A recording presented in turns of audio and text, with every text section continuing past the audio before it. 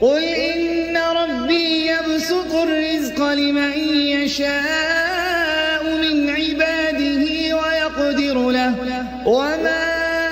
أنفقتم من شيء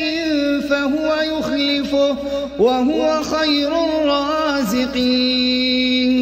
ويوم يحشرهم جميعا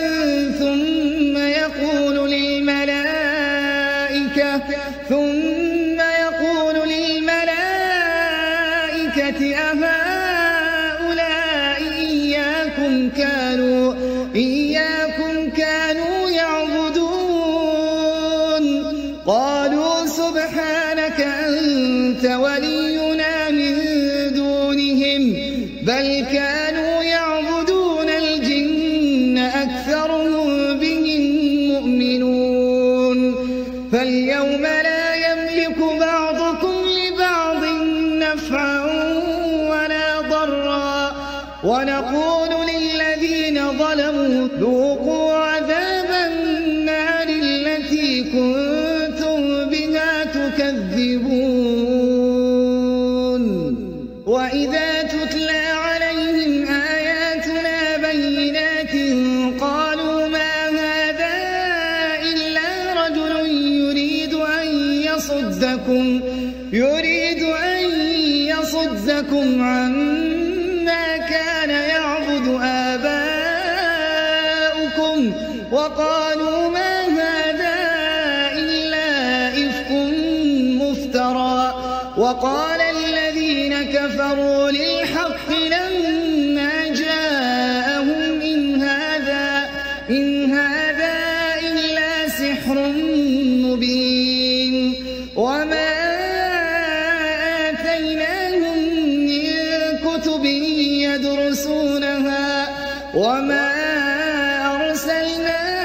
إليهم قبلك من نذير وكذب الذين من قبلهم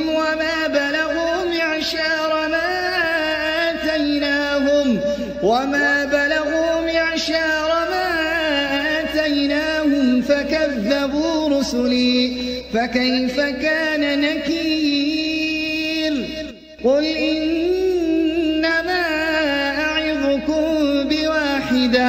أن تقوموا لله مثنى وفرادا ثم تتفكروا ما بصاحبكم من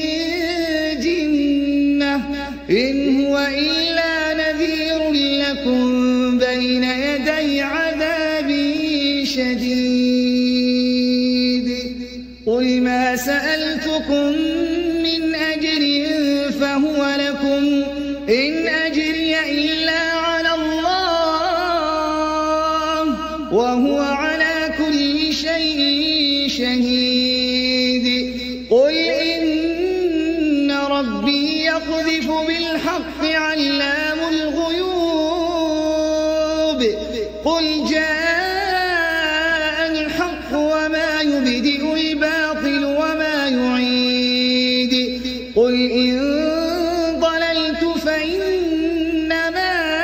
أضل على نفسي وإن اهتديت فبما يوحي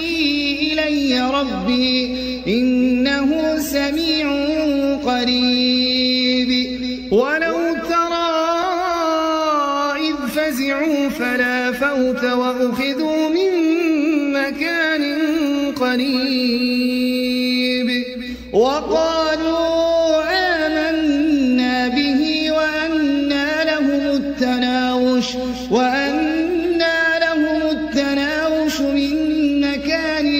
بعيد وقد كفروا به من قبل ويقذفون بالغيب من مكان بعيد وحيل بينهم وبين ما يشتهون كما فعل بأشياعهم من قبل إنهم كانوا في شك